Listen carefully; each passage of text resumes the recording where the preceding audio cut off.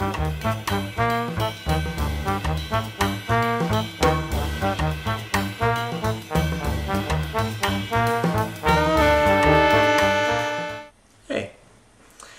I figured this would be the best place to start this video as, for whatever reason, this is where inspiration tends to strike me. Could be just as I wake up, or could be at 4 o'clock, 5 o'clock in the morning. It's kind of like when I'm starting a painting.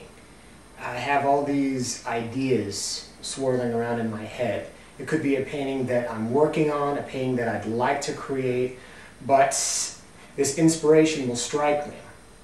Unfortunately, this inspiration to become an art educator didn't happen so fluidly. It didn't happen while I was sleeping. It didn't happen like a light switch that was turning on. I guess you could say it began as a need.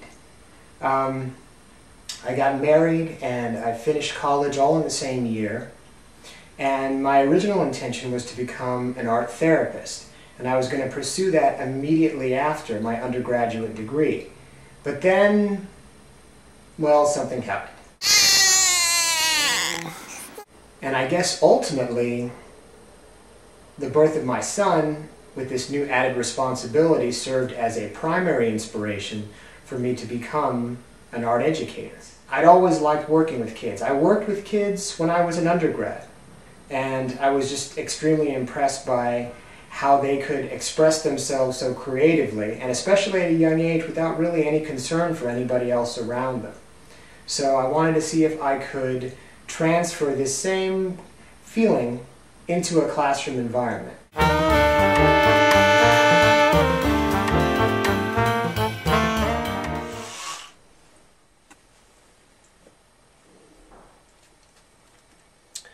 The process for me, like I said before, was kind of something that happened gradually. It was after I discovered that I had this responsibility that I needed to figure out how I was going to go about making this happen. I didn't have my teaching license, which kept serving as a roadblock for each and every educational opportunity that I saw available to me. My family and I ended up in Arizona, which is kind of another story. I figured I needed to go about this. I needed to get my teaching certificate. So I went for it. I got it in less than a year and was able to get hired almost right off the bat. And in 6 years, I went to 3 different schools in 3 different districts.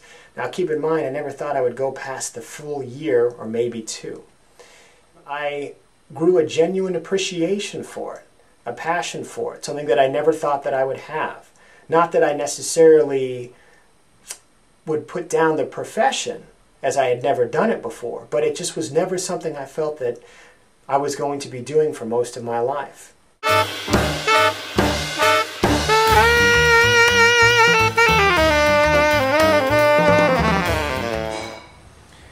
Now when it comes to product, outside of course from my students' education and the numerous pieces of artwork that they produced,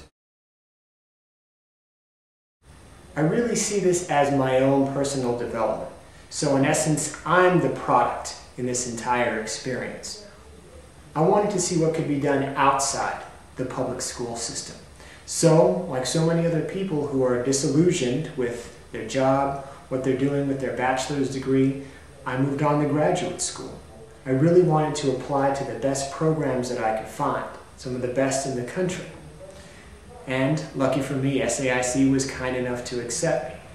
So now I'm taking the information that I'm gathering, the experience that I'm gathering, and I want to take that to work within and without the public school system. Within, in the respect that I still want to work with kids. I still want to work with them to inspire them to create art. Without, in that I'd like to somehow remove myself from the public school art system. I'd like to work for a museum within one of the numerous art programs that areas like Chicago have to offer, where students can still receive this quality art education, where they can learn technique, the history, and how to develop these personal forms of expression, but it's done so in an environment that is entirely devoted to the arts. Ultimately, product doesn't have to be something that you hang on the wall. When you're talking about the product of education, it's what you choose to do with that education.